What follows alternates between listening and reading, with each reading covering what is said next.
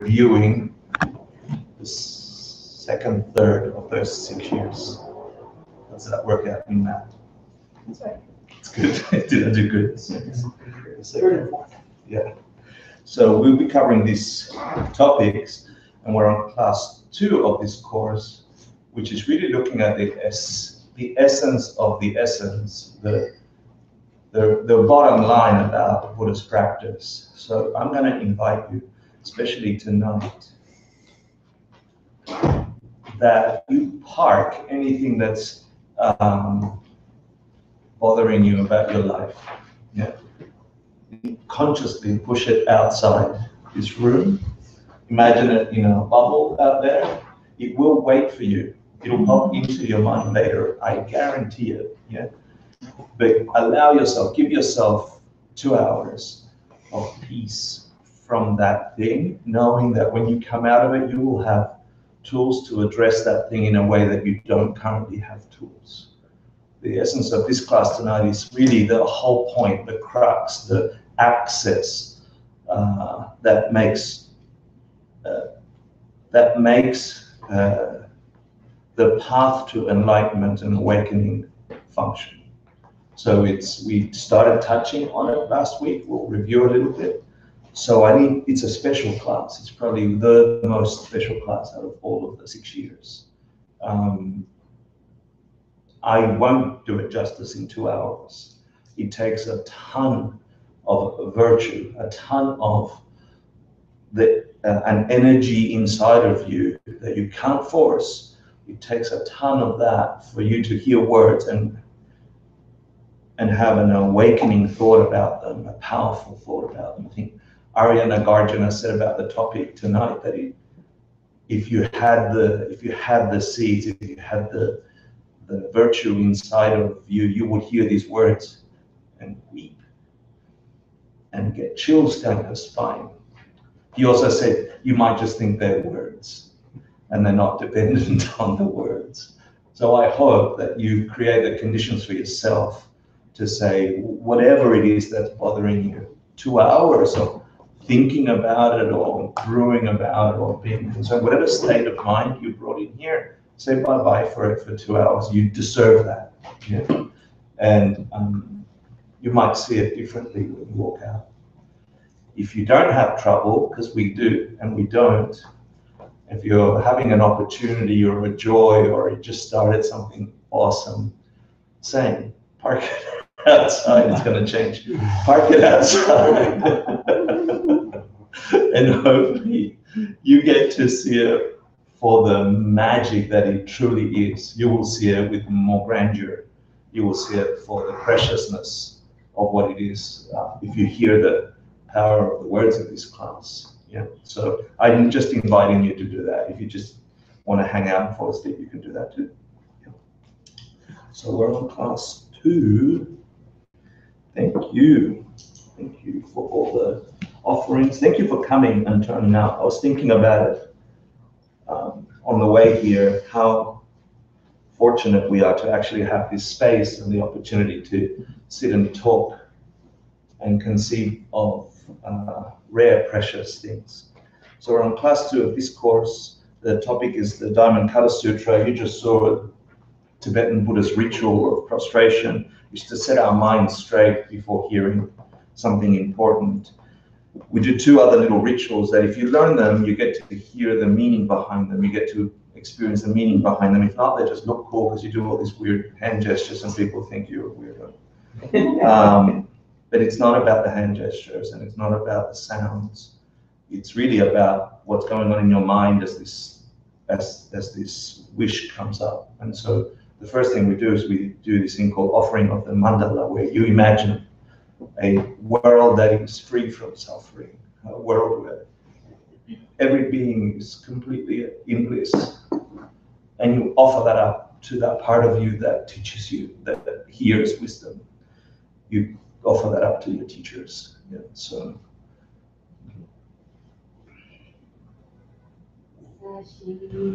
Bukir Jushin Matokcham Viral Ninchi Ninde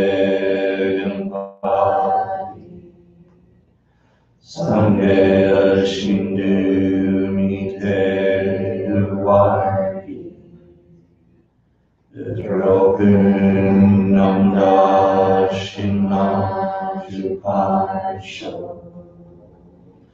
Idam Guru Ratna Mandalakam Niryatayami. Chudam Zogi Choknam Janchu Bardu Dakni Gyapsuchi Daki Jinyen Gipe Sonam Gi Rola Benjir Sanghe Druparsho. Chudam Zogi Choknam Janchu Bardu Dakni Gyapsuchi Daki Jinyen Gipe Sanam Ki Drola Benjir Sanghe Druparsho. Chudam Zogi Choknam Janchu Bardu Dakni Gyapsuchi Daki Jinyen Gipe Sonam Ki Drola Benjir Sanghe Druparsho.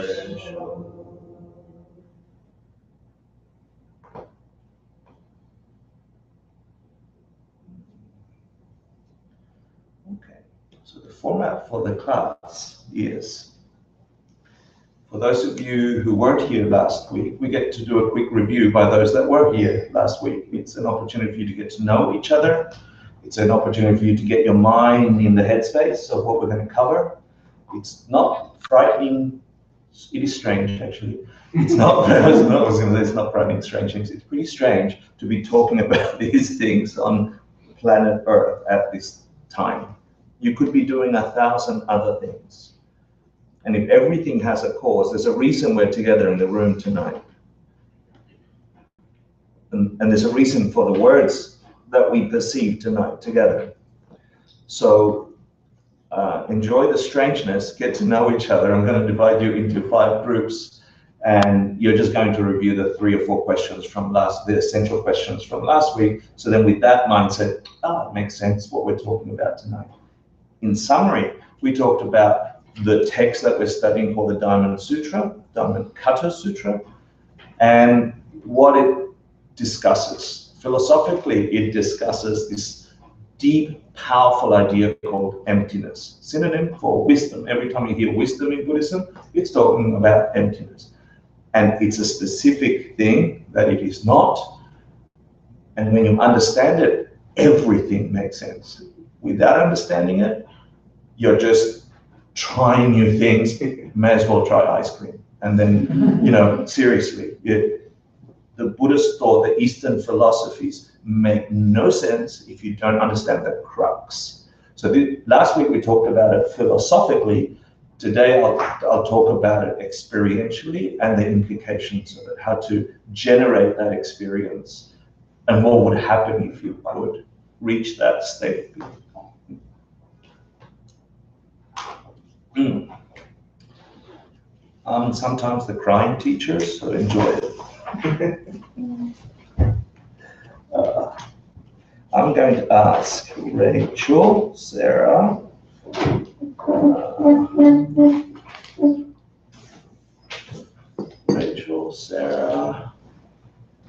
Richard, to take a group of people, and what else do I have? Stephen, can you manage? Yeah. And is that 4? What else can we do that I know has been working their asses off? Can you do it? Yeah. And 1, 2, 3, 4, 5.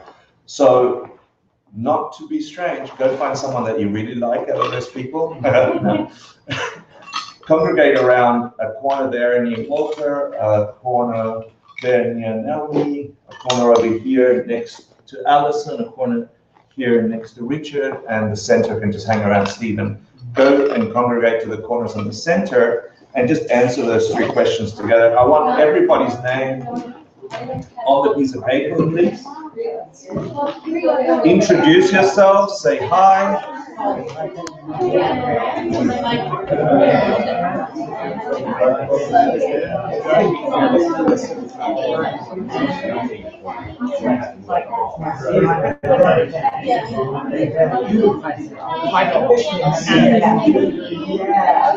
Alright, let me get everyone down here. Oh my god, Walter. Wow. How are you?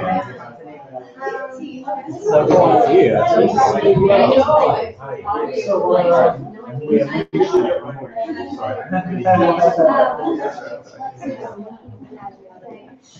Try like back, so like more circular. Feel free to use the cheat sheets. What's your last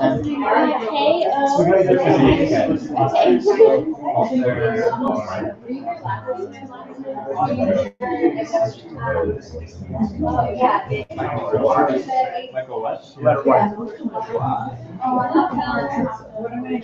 Michael, you want to come hang out here because you've only got two people, just chill all alone.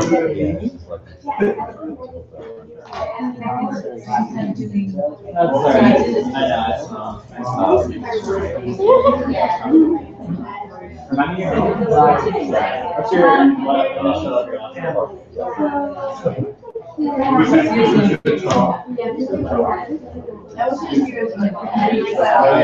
Yeah, what's the initial of your last name?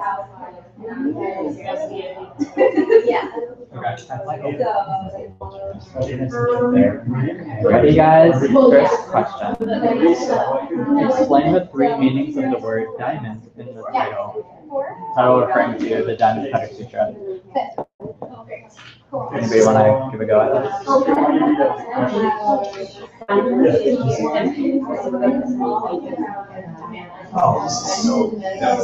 don't know the actual answer, but okay, so you want to double check we're getting it right? All three reasons are So I was here and I was there's three different meanings of why. so that Yeah. so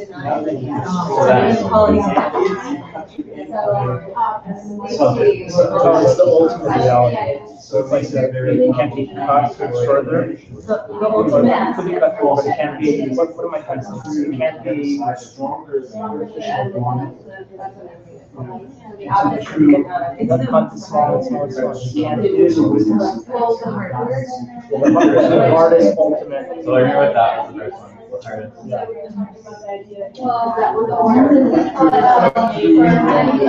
Right. Can't be cut. Only by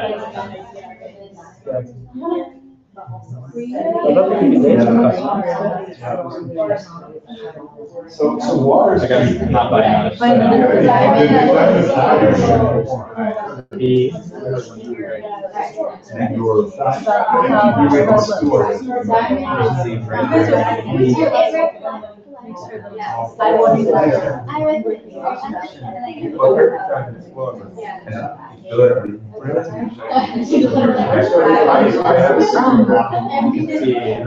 Right through it, like as if it wasn't there. Like this room was a wall of that.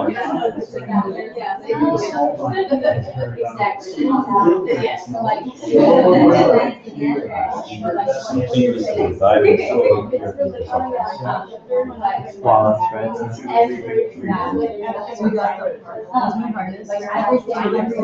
Yeah, exactly. You were saying about You don't know what you like. so when it's broken into pieces, all of the pieces are all equally diamond, like they're equally. So that's a metaphor for diamonds. So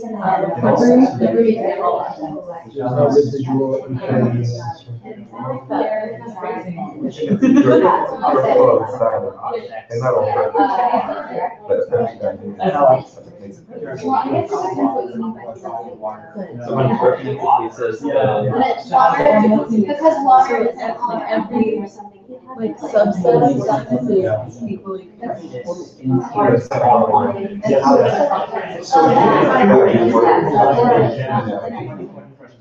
Cool. Alright. Number 2. Why is it important to include the original word cutter in the title? Directly experience this shatters everything else except you understand everything. Actually, that's what you got to appreciate. You said the same thing again, but include the word cutter in your explanation. You kind of get the illusion. And so no more illusions can block your awareness that Everybody else gets that? Explain it more. We're just saying a little further, because a lot of people translators talk about cutters and say, why do you need that for? It can't be scratched, it can only be held. And now it breaks off just at the right thing. You might scratch, just break the. And the way that the other thumbs get cut is it goes through a fracture. Thank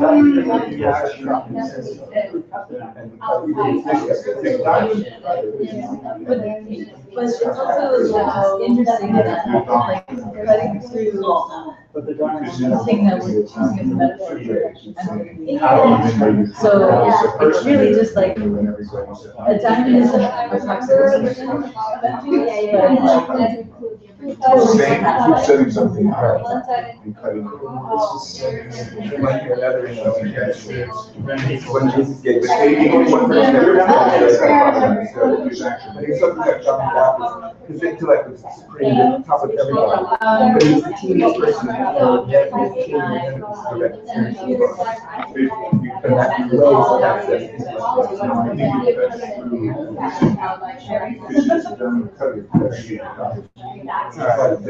Ready? Number 3. Describe the object we deny when we speak of emptiness. Describe the object we deny when we speak of emptiness. So That's kind of confusing. You guys know the object we deny? The gotcha. Remember the gotcha? The rabbit with horns. Yeah.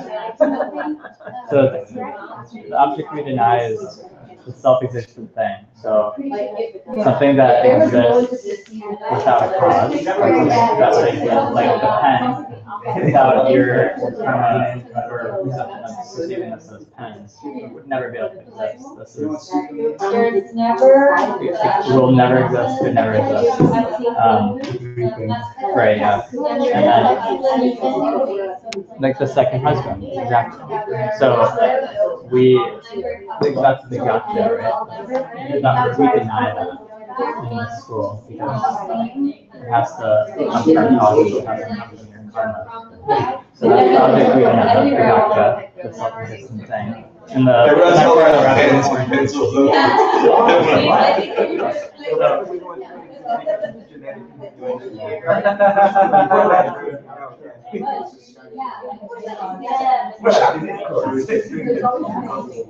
So when so describe the object we deny when you're speaking emptiness, I don't know exactly what they're looking for in this answer, but I'm guessing along the lines of what I just said. That sounds like Empty. So therefore, I can see it. Otherwise, you can see it as like this is empty. I'm not going to be therefore I can see it. Right? Like a dog would be like empty. I mean, one thing, I'm a pen. So therefore, if it was something, if it was pen. Everyone would say it's pen. Keep it real.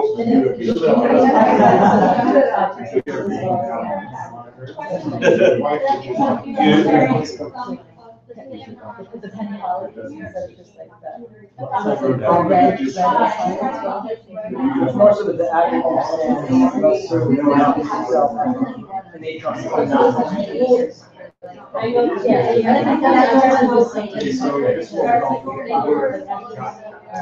that which does designed to describe the qualities. And it's like it doesn't have any qualities that was there.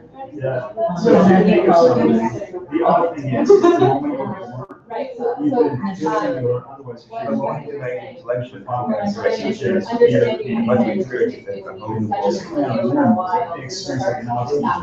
What's one of the fun things that Is that one of the see. I really like, I Is there a fourth question? No. I think that's it, just one page, right? That's it. Yeah. Okay, who won Buddhism? You guys did? Yay! Oh, you won too? They won before you. Yeah. We'll take second place.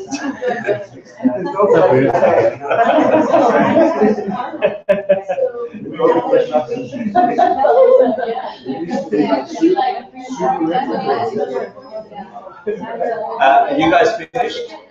Cool. Are you guys finished? 1 minute. No?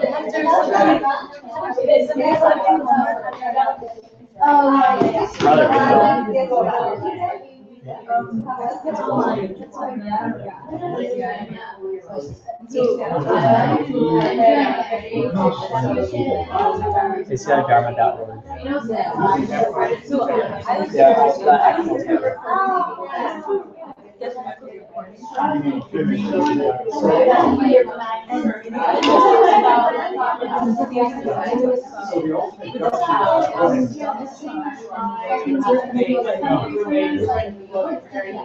Weird.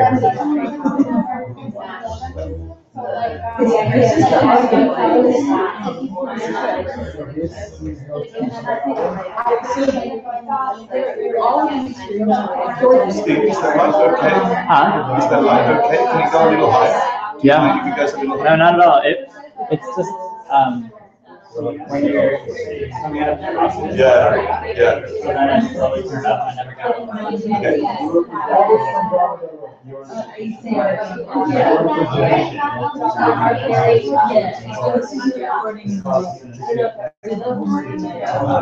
That's not good.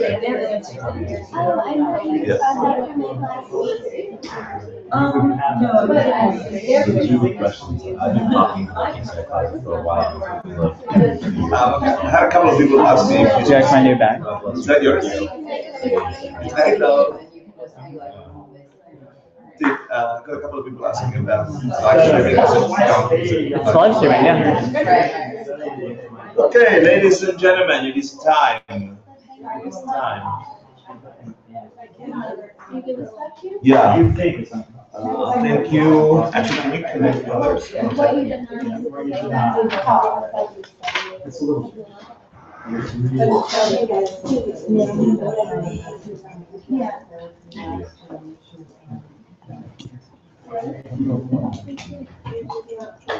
Sandy's collecting the completion. Can you see that stuff? Oh, I can see it, I just have to like. You have to follow. Break your neck. Break your neck. Oh, I didn't know it was gonna be up there. yeah. I was expecting it to be Cool. Thank you for doing that together, and hopefully you got to know each other some. Yeah, I saw a lot of pens go up. Yeah. Who didn't have a pen go up in your group? Whatever. Fail. Yeah. Did you use something else? Oh, you... They didn't talk about interviews at all.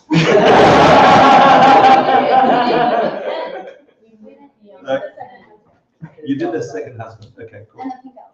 And the pink up. But these are all examples to get a mental image of an idea of something that isn't there. Okay, so it sounds weird. These are just words that create a sense in your mind of something, but it should be creating a sense of something that isn't. Okay, and you will be left with this broad, all-encompassing possibility, potential, when they talk about the second husband or the pen or whatever, and they are just examples or words to try and get our minds to something that can help us with absolutely everything. without exception. So the reason for having these heady discussions is so if you catch it, that something, that aha moment will help you transform everything without exception in your existence, including the thing we left outside, which I told you not to think about, and now you're thinking about. And to get that, to get to the access that turns all of enlightenment, all of awakening, we have to understand this thing called emptiness. And we got a sense of it from discussing the title, the Diamond Cutter Sutra. Diamond being a synonym, right, for emptiness, and emptiness being a reality that is here all around us all the time, a way that things really are, as opposed to the way things we think they are. And the way we think things are forces us to enact with them, interact with things in a certain way, and that way, because we misperceive them, because we don't see the way things really are, that creates the causes in our lives for things to break down and for us to get happy and unhappy. We got it, we didn't get it. Yeah? So the way things ultimately are, truly are, and when I say things, I don't just mean physical objects. I'm talking about conceptions, feelings, identities, whatever your mind can come up with, that I'm talking about. Yeah? And to the edges of that, that too. And time, that too. And aging, that too. And death, that too. And personalities, that too. And depression, that too. And happiness, that too. And hope, that too. And your name, that too. I'm talking about everything, without exception, appears a certain way to us. And the way it appears is not the way it ultimately is. Understanding that is understanding the emptiness of the way things are. It's really that simple. But because we are not used to thinking that way, we're used to thinking, I need a pen to write, so I'm writing. Oh, it's writing, it's a pen. It's a writing pen. That's all. I don't need to think about the emptiness of the pen to use it until it runs out. And then I'm like, oh, I need another pen. It's empty. That was a double joke. Trying to keep it light. Slow transitions. So if you understand intellectually the idea that things do not have a nature, are not the way they appear to us, including the problem you left outside, including the happiness that's coming your way. It isn't really that way. It isn't ultimately that way. Then you begin to be an educated Buddhist. And I'm not asking you to be a Buddhist, as in the religious practices of Buddhism. I'm asking you to be a Buddhist in its true meaning. Bud, to awake. Buddha, the one who woke up. I'm asking you to be wake-upists. Wake up from the illusion, from the dream, from the pretend that things are the way they appear. You can prove it philosophically. We did it last time. We can do it in 3 seconds. This, we say, is a pen. Oh, good, it's a pen. Until a dog walks in, and then it can't be a pen for the dog. Then, damn it, penness isn't in here. It doesn't have nature to be pen. Prove it. If it did, if it was radiating penness, then every creature that laid eyes upon it must say, oh, cool pen. The fact that they don't, the fact that there is no niceness to your favorite piece of music, means the niceness ain't coming from the object, the music. The penness isn't coming from here. Is it a pen? Yes. For whom? For those that are forced to experience it as a pen. Is it a chew toy? Yes. For whom? For those forced to experience it as a chew toy. Is your music awesome? Absolutely. Is it the collection of ups and downs and this time between the rhythms and the sounds? No. If it was, everyone listening to it must go, awesome. And because we don't get that simple fact, we think really my music is awesome. And because we think that, we think those that don't agree with me must be stupid. So we fight them. So we then create an imprint in our mind of fighting those stupid people. And you eat that. You consume that. Stupid people. And that begins to create color, the flavor of your mind. And what we have in our mind, we project into otherwise empty reality. Does reality not exist? No, it exists. Prove it. I can hurt you with this.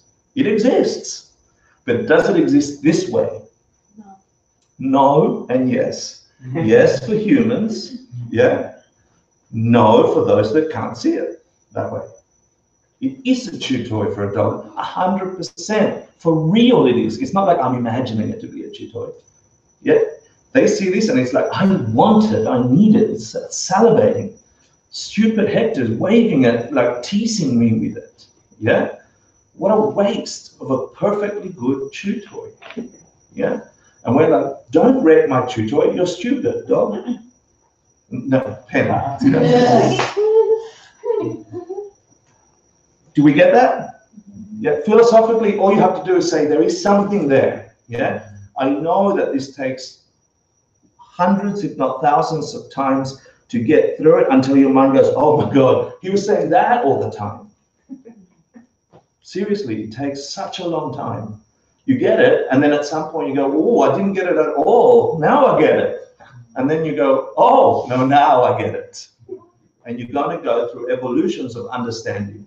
But if you get the intellectual jump, it's impossible for this to be pen here by itself, without people, without dogs. Impossible. Because if it was, everything that engaged with it must say perfect pen. Yeah? Today we're going to get to the moment where you could possibly realize that as in your consciousness embodied. You can go, I see that for real, not just intellectually. Just now, you got it intellectually. Now, why are we talking about pens, second husbands? What was the other one? Pink elephants. Huh? Pink elephants. Pink elephants, yeah. This is just an excuse to get to that fact. If this had any nature of being the way we think it is, then everyone must see it. We know that's not true, right? Am I right? That's not true. Then something else is making it pen. And it ain't coming from this. It's something in the consciousness engaging with it. Okay, fine, I can buy that. Now, who put that stuff there? What is it? What is it in my consciousness that's forcing me to see this particular way? And not just me, all of us we call humans. See this as pen. All those we don't call humans see this as chew toy or dangerous or opportunity to climb up a branch or whatever. Yeah? Same object, as many interpretations or real experiences of it as there are minds to engage with it. Nuances. So what is making it a useful, functional object that I take pleasure in writing words that have meaning? That's a powerful object. Yeah, it's more meaningful to me than a chew toy for me. I can use it to translate information. Wow, this is like a magic wand. If I was a dog and only ever saw this as a chew toy, and for a millisecond, imagine a puppy dog going, understanding what we do with pens, with that same object that they say, let me just salivate. No, I'll speak English. Salivate. Imagine a puppy dog having a millisecond of conception of the way humans really saw this and what we do with it. What power there is in this previously awesome chew toy. Now it's like, wow, sticks of the gods. You can translate concepts to others. Poetic concepts, meaningful concepts, powerful stuff. Yeah. We're saying none of that comes from the object. Objects are empty of having those qualities. The way they appear, they are the way they appear for the ones appearing, which means the appearance is something to do with us. Yeah, something to do with our minds. We got that? Cool. Then we talked about the gaccha, meaning the thing that could never be there. And I just explained it. There could never be a pen just so. over here. If there was, it's an impossible thing. You see a pen, and if we slow down time so much that you caught how your mind perceived this, we know this doesn't have a nature. Already intellectually, you know that, yeah? But then as you caught your mind's catching the data that you got from this thing, what is it that's labeling it pen? What is it that's labeling it black? What is it that's labeling it roundness? What is it that's labeling it all the ideas we have around pen? It's something in your mind. And if you got to catch that, you would realize that that image is too perfect for the actual data that you see. You see a black line being held up by two fingers. Your mind is making a perfect, round, tactile thing with ink and the rest. Is it not? You see the back of it, it's got some writing, it's got the top of it, it's a perfect illusion. Now, when you go and touch it, can you verify it? Absolutely. What's going on then? Your mind is then grabbing the data of tactile sensations and going, oh, it's got a roundness over there. Why? Because my mind had a perception of pressure and a little bit less pressure around this part of the thumb, and my mind is labeling that roundness. Give it to a whale, it's not having that experience, tactile sensation from this. It is also a mental picture, and the mental picture is too perfect. Why am I talking about this? Because it still works as a pen. I can still use it. We're discussing it as a pen. At some point, the pen will run out. At some point, it can't be used as a pen. At some point, your hand won't be able to lift up a pen. And at some point, a consciousness won't even be able to perceive this as a pen. All those things have causes. And if you find out what they are, you can choose. You can develop the causes for this to be way more than a pen, just like that metaphor I used of imagine a dog seeing it not as a chew toy for a second. Which means your problems, the things we left outside, the troubles, the opportunities, can be amplified 1 trillion times if you just knew what to do, or can be destroyed 1 trillion times, like an elephant crushing a house of reeds, one of the texts say. If you understood its true nature, you could transform your whole existence, get rid of all the suffering, and pick up all the goodness and amplify it so that it doesn't stop. In essence, that's all enlightenment is. Enlightenment is the path to removing any obstacle in your mind that is causing suffering. The suffering of the pen doesn't work, or it's just a chew toy. Yeah. At some point, if it's true that there's something in our minds, and you have to investigate that. If it's true what we just proved about pen, it's true about table, it's true about my body, it's true about my mind, it's true about my relationships, it's true about my identity, it's true about wall, it's true about gravity, it's true about aging, it's true about death. It's true about everything without exception. Every object is empty of being the way it appears to our mind. The way it appears to our mind is caused by something we put in our minds through what we say, think, and do. That is the study of karma. Karma isn't good luck or bad luck. Karma is simply the fact that every time you do, say, or think something, an imprint is placed in the thing that perceives all things. You're recording yourself all the time. You know your intentions.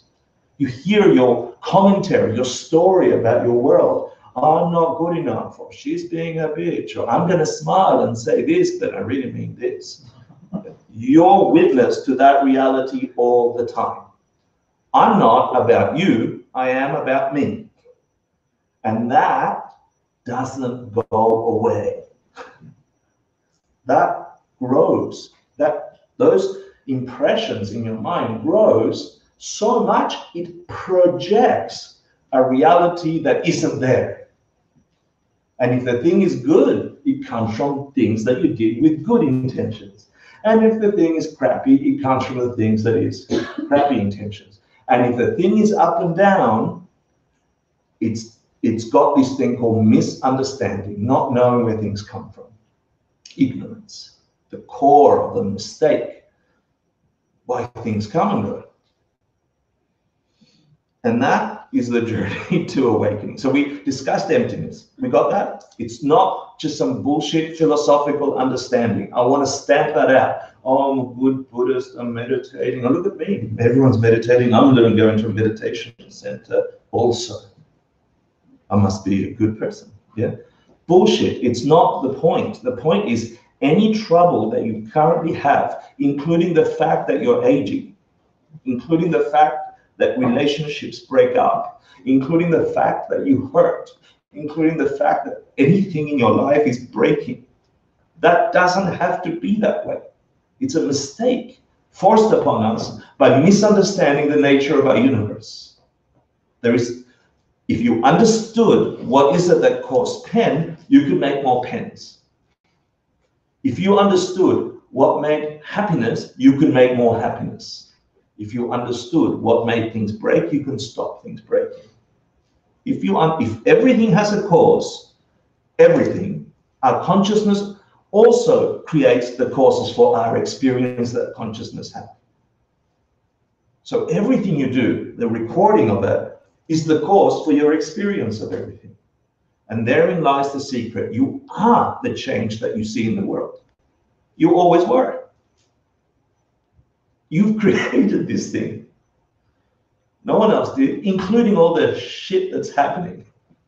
We together share that. Those that don't perceive that, don't share that. Why? It's empty of being that.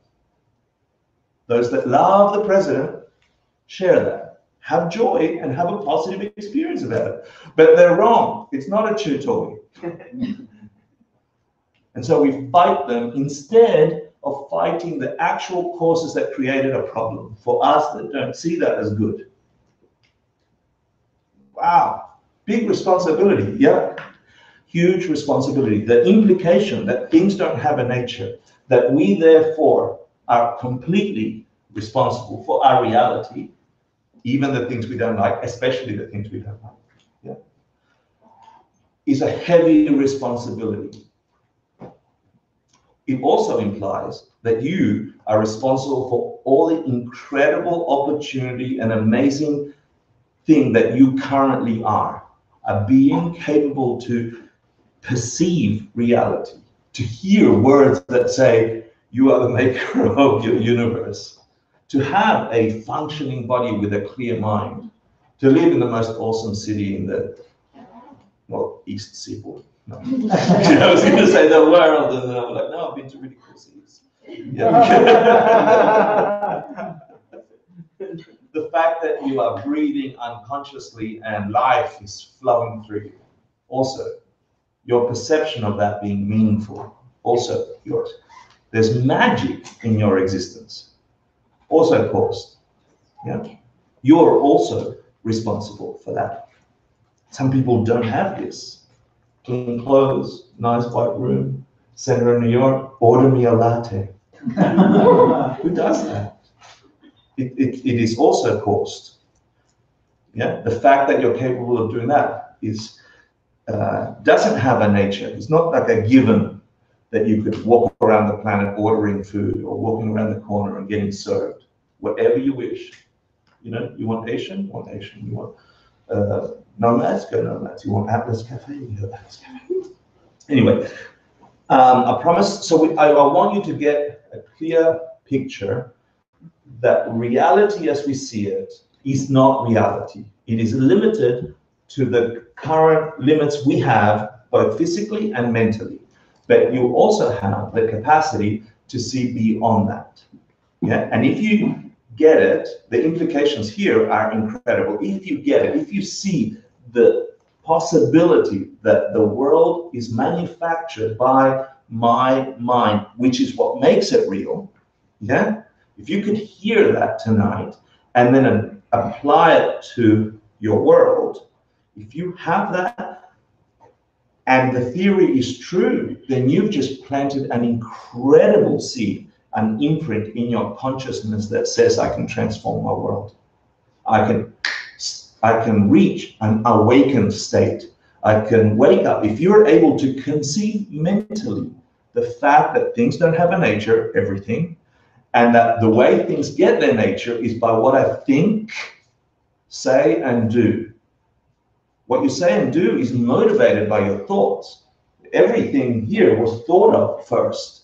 Someone thought cup before they made it. Yeah? And then an action came forward.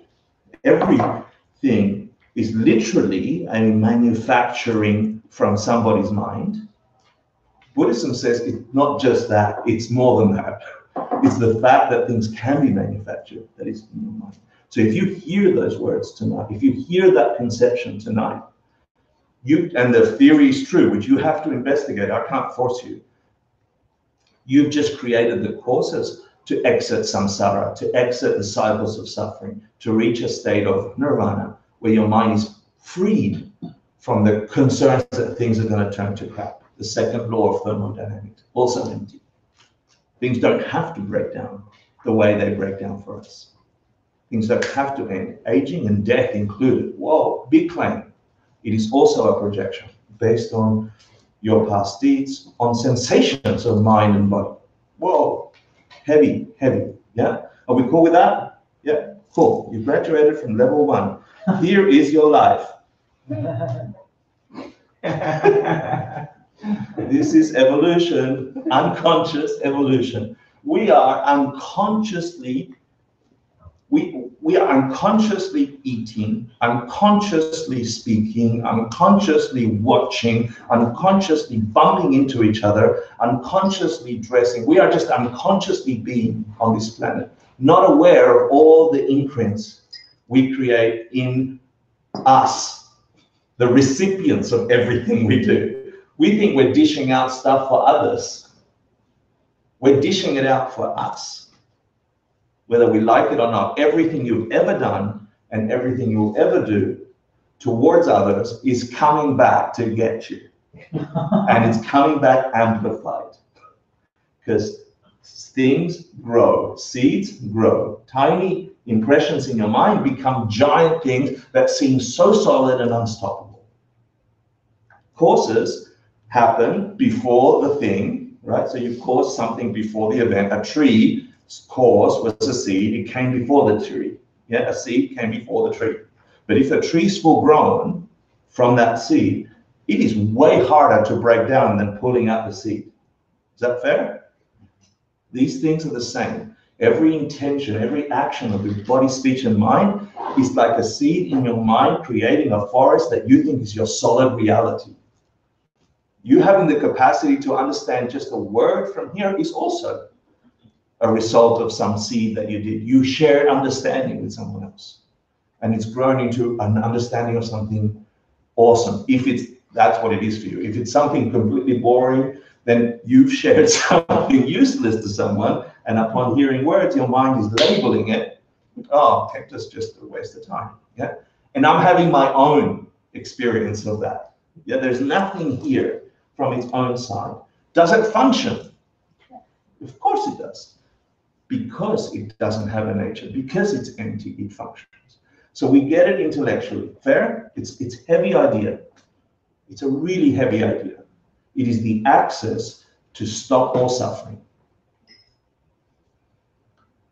So now let's talk about, without that idea, we're just born, and if we interpret things as they appear, we are going around our world grabbing all the stuff we want for myself, and pushing all the stuff I don't want so I don't have to have it. And usually I give it to others. Yeah, it's like, oh, someone gave me this great cookie. I love this cookie.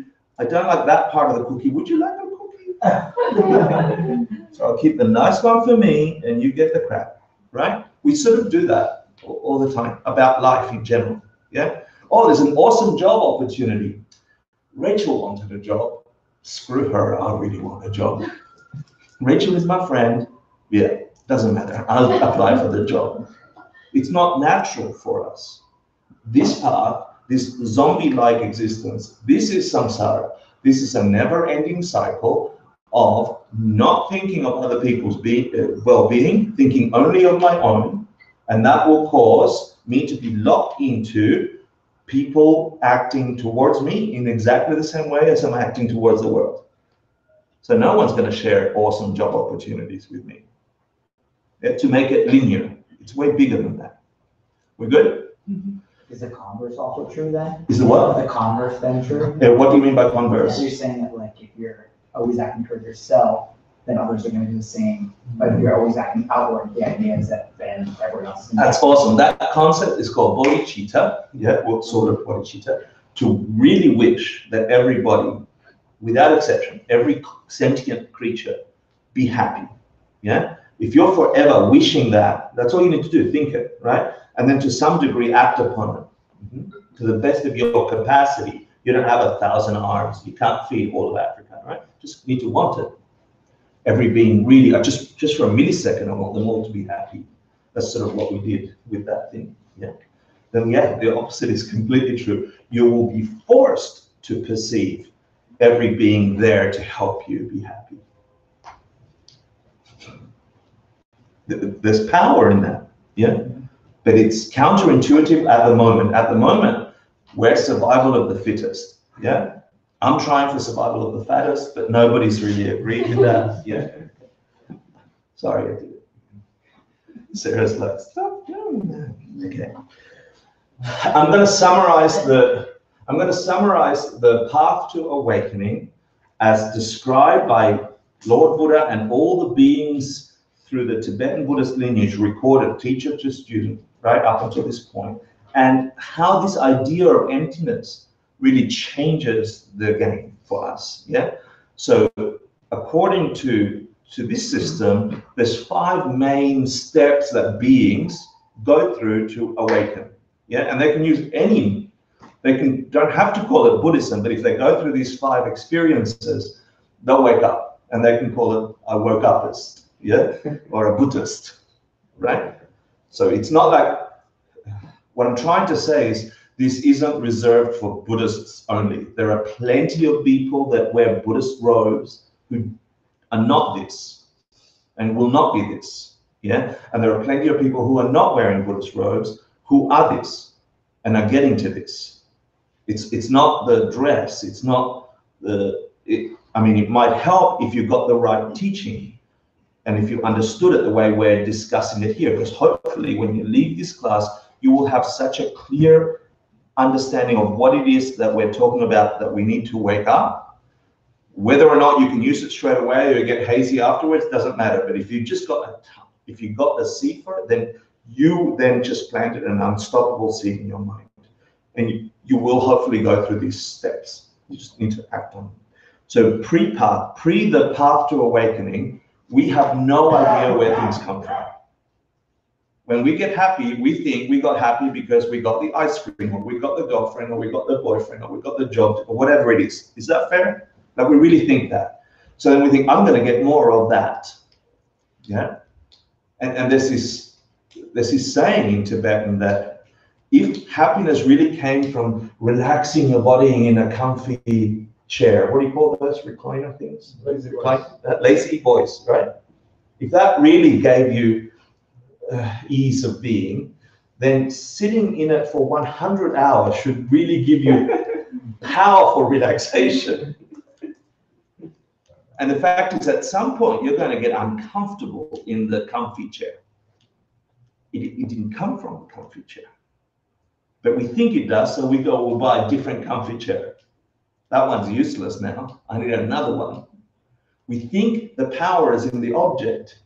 We misunderstand that there is nothing coming from the object, that there's something in my mind forcing that experience of relaxation.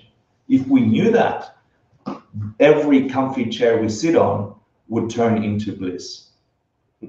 And it wouldn't even look like a comfy chair for others. It would look like a comfy chair for us, because it comes from us. So pre-pa, we don't know that. We're zombies. Yeah, we're lost on our iPhones, and then we cycle that. Hopefully, you then have a traumatic, life-changing disappointment, big, terrible problem. Yeah, a serious problem, and you have it early enough that it matters. You have it early enough, or you have the fortune to see others' problems early enough that it matters. that you get to look ahead at life and say, why? And if you didn't understand emptiness, if you didn't understand that there's something in you that you could do to create causes for happiness, you would stop right there and be depressed for the rest of your life and never get up out of bed. And they understand, those people understand something about life. They just misunderstand. They think it's in life, the disappointment, the terrible thing that happened. They think it's the nature of existence, and it isn't. It's a product of something. It's caused by something. And just like it's caused, it can be uncaused. And the opposite can be caused. So a wake-upist takes that tragedy, that terrible thing, that when you come face to face with suffering and you say, enough, I don't want that anymore. We had that with the students after the shooting. They're like, enough, I'm done. I want something different. It's that kind of power. It's that kind of commitment to say, there has to be another way. I remember as a child wanting to understand something, and then I got slapped around enough that I stopped asking the really serious questions about why things happen. At some point, I'll stop asking. Enough, I'm not stopping asking anymore. I'm going to figure it out. If you need a metaphor in philosophy, or that's what Buddha did. He's like, enough, I've got all the riches and things. People are dying, people are aging, people get sick. It will happen to me, my wife, my child, my parents. Why? There's got to be a cause. I'm not stopping until I find it. And you've got to find that kind of energy. And that's called the path of accumulation. Yeah, you've accumulated enough energy, power to propel you to understanding. That's why it's got a big A. Yeah, and that means some events happen and you're trying to understand reality. And you're going to come up with a million theories on why things happen. And everyone's got a theory. But there is one theory that gets all theories. For example, does astrology work? Can I ask you? Can I ask you whether or not astrology can be correct? Within its context, yes. Of course you can. Of course it can. Is it always correct? No. So then, does astrology work? In the ultimate sense, no, it's not. Exactly, and in the relative sense, yes. Right. So how about it works for those that have the seeds to see it work? Because for some, it works consistently. Does Bitcoin work? It did. For some, it still does. For some that invested a cent and have $4,000, it really is working. For others that invested 6 to get 4, not working. So everyone's going to come up and give you a theory on how, after you have that confrontation with reality, everyone's going to give you a theory. And you need to prove a theory to you, a theory that is umbrellas everything, that encompasses both Bitcoin and what was my previous example? Astrology. Thank you. I heard straws. I need karma for here. Yeah.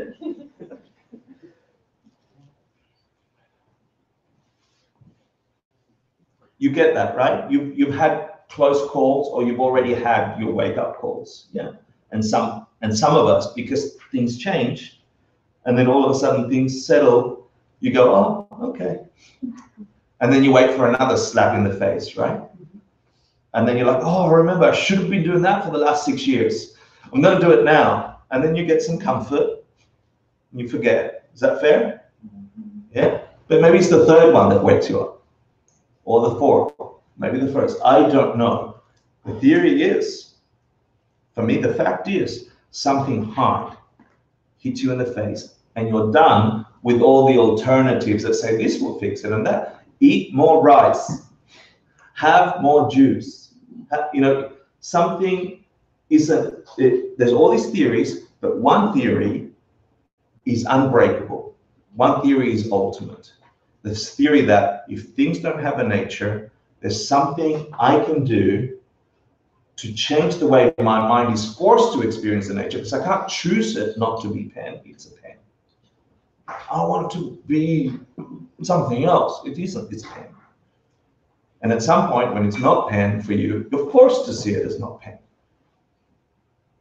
It's not a choice in the moment.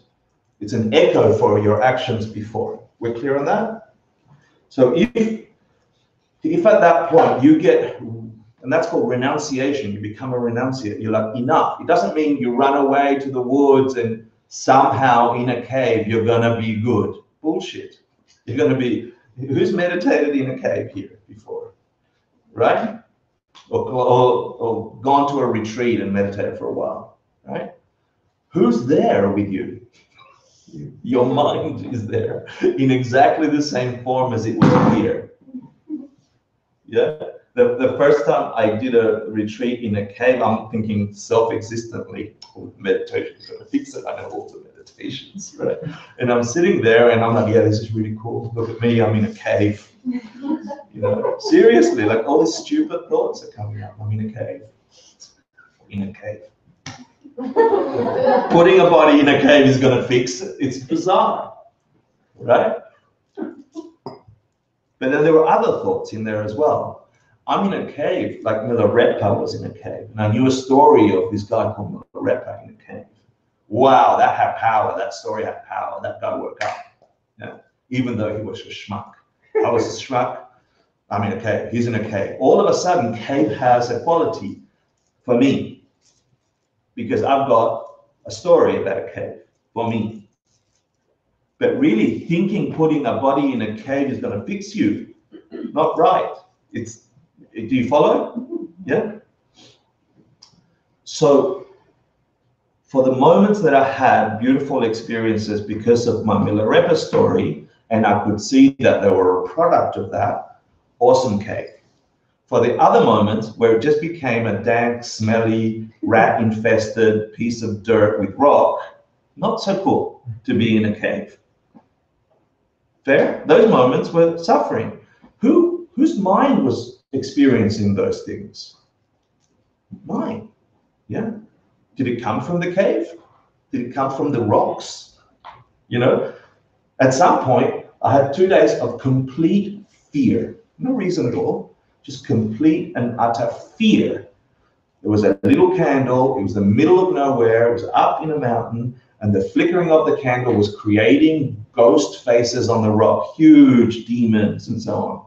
Very real. Very real for me. Scared. 2 days. Watched them during the day. I'm going to remember what you look like. So when the light flickers tonight, I'm going to see you for what you really are, a piece of rock. What it really is empty. And my mind creating upon the shadows and the light, this incredible sensation of fear did not come from the light, did not come from the candle, did not come from the rock, did not come from the cave. It came from my mind. But it's because you had the seed to be there, you got to experience that, so you could work through it. Yeah, but I might not have had the seed to work through it. So if this is true of everything without exception, Right. for the 2 days, for that overnight, I couldn't break it. Right, Yeah. that's part of the process. We're here, you're distracted so much, you never see that. And because you got to see it, you have to learn to deal with it. And you succeeded, hopefully. True.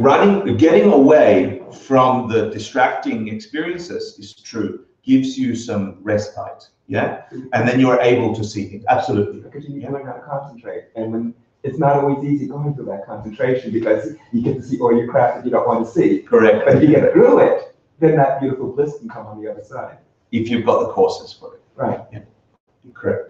So we get the path of accumulation. You're sick and tired of things not working out the way you thought they were. There isn't a job that's going to come up that's going to make you that happy anymore. There's not a relationship that will come up that's going to make you that happy anymore. There's not even a suffering that's going to come up that's going to make you that suffering anymore. You're like, done. I need to figure something out. Fair? Well, that's called the path of accumulation. And then you start seeing the path shaped in front of you, and you enter what's called this period called the path of preparation. You're preparing to have an ultimate experience of the ultimate. You're preparing, you're planting the seeds, if you will. You're creating the construct to have an understanding of the way things truly are. And that path of preparation has a ton of practices, but I'll give you a summary. Yeah.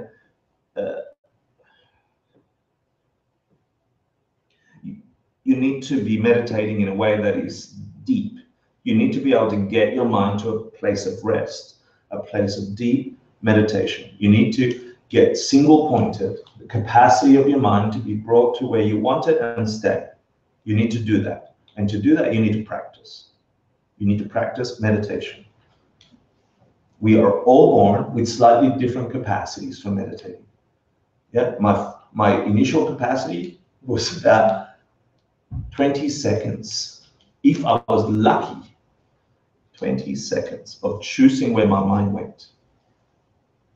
Yeah, initially, 22 years ago. We are all born with different capacities. Some people can just drop in there. And you can reach a point in your meditation where you withdraw from your senses enough that if people are just tapping at your feet saying, Hector, it's been an hour, you don't hear them, you don't feel them. You can get your mind from less than 20 seconds to a point where your mind is capable of withdrawing so much to being in complete sense, complete focus, that your senses have withdrawn. It's possible. It really is possible. What are you talking about? Tapping at the feet? I was woken up out of meditation at one point through someone tapping at my feet. And when I came out of meditation, they were sitting there going, we've been pushing at your feet for the last 15 minutes and you didn't come out of meditation. Yeah, so that's what I was referring to. So in the path of preparation, you need to prepare by getting your mind pliable enough to meditate, yeah, and bringing it to a place of will, a place where you can have an experience of the way things really are, where your life really came from, how this whole thing really works, not how it appears to work. Is that fair? That's how I can relate it to how that problem that's sitting outside came to be really, not how it nominally came to be. You can tell me how it appeared, but you don't know why it appeared. This will tell you why. Yeah? You need to, it was to your question, right? You said if the opposite is true, if I'm nice to everybody, will I experience everyone and everything is nice? And the answer is, yeah, logically that makes sense, right? That's a true cause. If the cause is, if something in my mind, an intention of goodness, then the result, the echo will be goodness, fair, right? So then obviously, if you want to have the virtue, the capacity, the goodness to hear empty words and have empty thoughts be meaningful thoughts and powerful thoughts, so powerful that you can unlock suffering, that's pretty powerful, yeah? Then the other thing you need to be doing is taking care of others, as many as you possibly can. And if you can't do it physically or verbally, at least imagine it, wish it, really wish it. Yeah, and we just came back from this retreat in Nicaragua. We just spent a week stretching the edges of our kindness because we all have limits, right? I'm going to be nice to those, but not you because I don't like those t-shirts. You know, that's a stupid t-shirt. You know, like we have some bizarre edges to our kindness. And when push comes to shove, we're all in the same boat. And if we are all in the same boat, everyone's under the same mental trouble that you are. You think they're all happy on Instagram? No, they're wishing to be happy. They're like,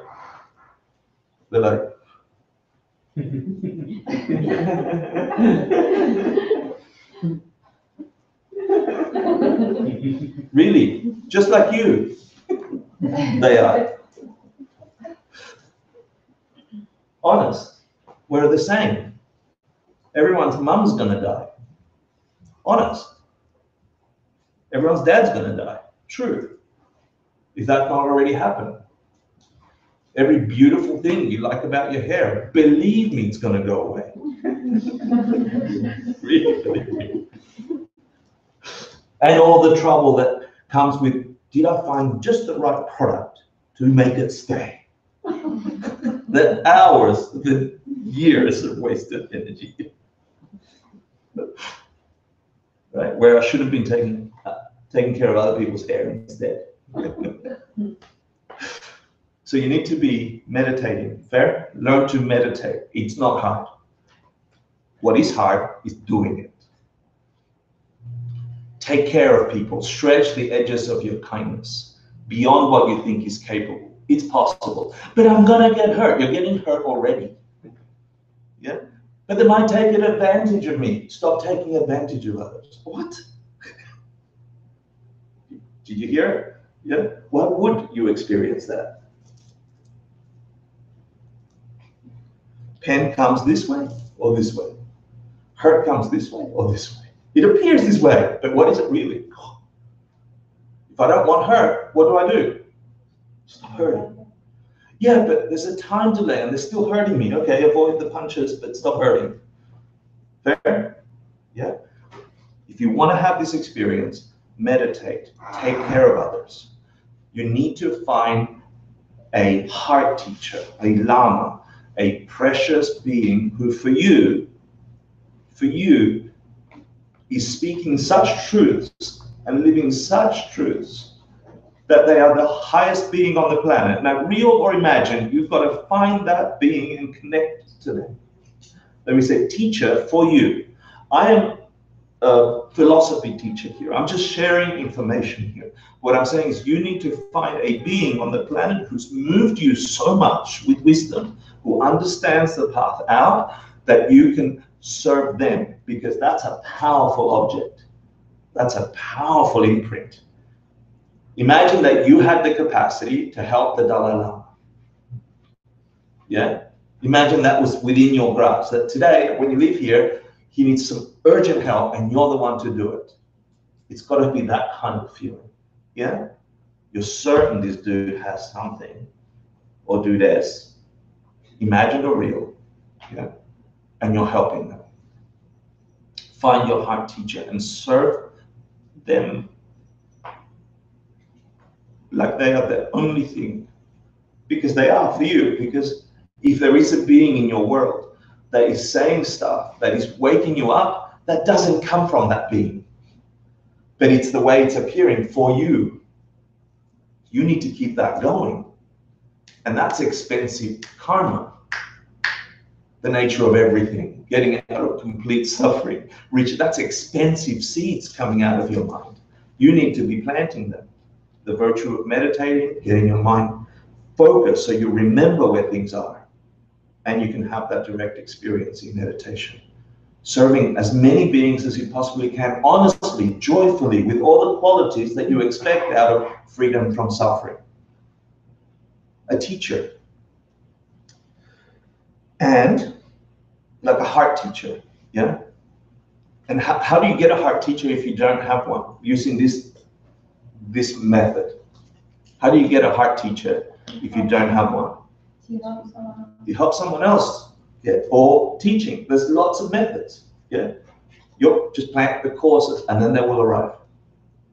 Yeah? You can imagine them, you can call them, you can conjure them up. Find their quality, and they will come up. The world does not come this way. Prove it to yourself. Do an experiment. If you don't have a heart teacher, do it earnestly and then watch it arise. And then there's one more thing that you need to do in the path of preparation, right? One more thing in the path of preparing to have a real understanding of what we have an intellectual understanding for. The source of where my world comes from. And that thing is study. Study, investigate, be a scientist of reality. Yeah? Study, study, study, study, study, study. Where do things come from? If they don't come this way, if they come that way, what put them there? Where do they sit? Where is my mind? Is my mind in my finger? Is my mind in my heart? Do we share one mind or are all separate minds? You need to investigate reality to such a degree that is creating the causes for that to be answered. Because you're thinking of that, your mind is there. Make sense? So those are the 4 main ingredients for then preparing yourself for what? Preparing yourself for actually having a direct experience of what we know so far theoretically. But I need to tell you about Chuchok. Is that right? Chuchok. Why do I need to tell you about Chuchok? Because that is its supreme object, or it's the highest experience you could have before seeing emptiness directly, before having that direct experience of the ultimate. Chuchok is the peak or the highest thing you can experience in the nominal world, the way things appear to us. In this world, before you see emptiness directly, the highest object, Chuchok, is what's called the direct perception of dependent origination. I know it's a lot of words, but all they mean is that the theory that pen cannot come this way, yeah, that pen is somehow labeled, and all that pen means is labeled from our mind. So far it's theory, right? At Chuchok, you have a direct experience of that. You actually see what this is. It's just shape and colors. It's data. And then you catch your mind creating meaning, creating penness, creating an experience of this. And for that, you need to understand, which is part of the path of preparation, this intense topic, which we'll cover in the next 20 minutes, called Chi Chetrak. Chi Chetrak, and I'll cover what that is. How do you spell Chuchok? That's up there. C-H-U. Oh. Yeah, Chuchok. C-H-O-K. Would you say the direct experience of the Dependent origination. For those who have nerded out for the last 5 years in these classes, there are how many schools of ancient India? Yeah. How many views? Yeah. There are, cool. Yeah. Each one of those has a different interpretation of what emptiness is. Each one of those has a different meaning of what dependent origination with. I'm just cutting to the chase. They're all just gradual understanding of the ultimate. I'm just cutting to the chase and going to the Madhyamika Prasangika explanation of what dependent origination means. And all it is in layman's terms, this is really all you need to know in terms of that, is that there is pen. Is that true?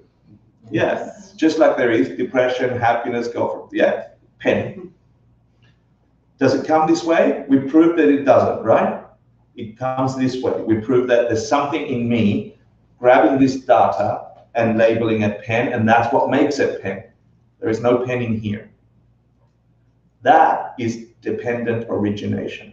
Pen originates in dependence on, not the plastic and penness, depends in dependence on the mind perceiving it, just like chew toy. This object is neither chew toy nor pen. It is dependent, chew toyness is dependent on not the shape of it. There's nothing in the shape of it that forces it to be chew toy. There's something in the consciousness looking at it from down there that says chew toy. It becomes chew toy in dependence on a mind that's forced to conceive it that way. And the study of karma is what put the stuff in there to force it. Fair?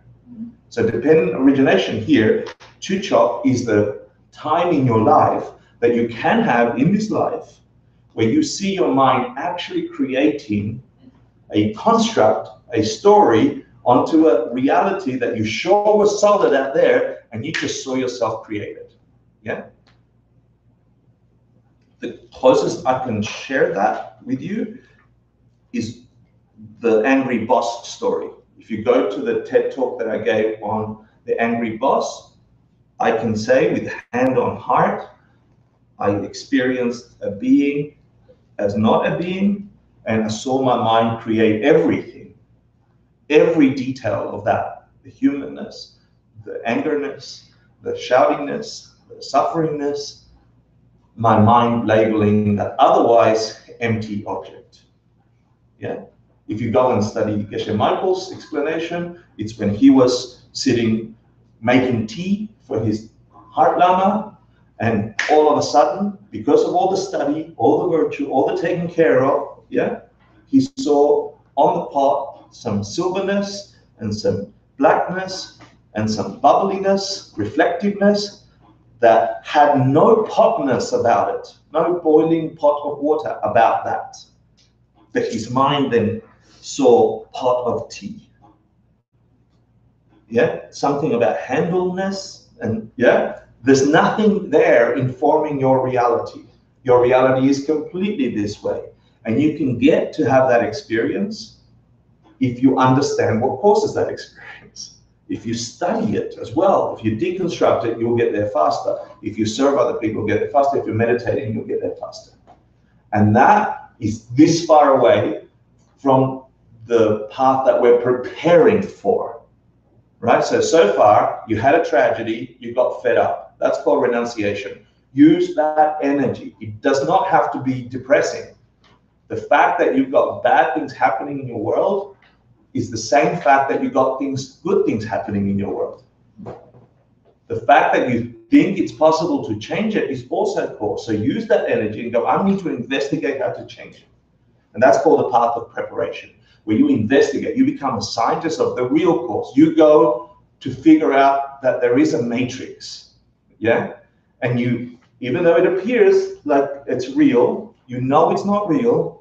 Intellectually, there can't be pain out there. There can't be suffering coming from that relationship.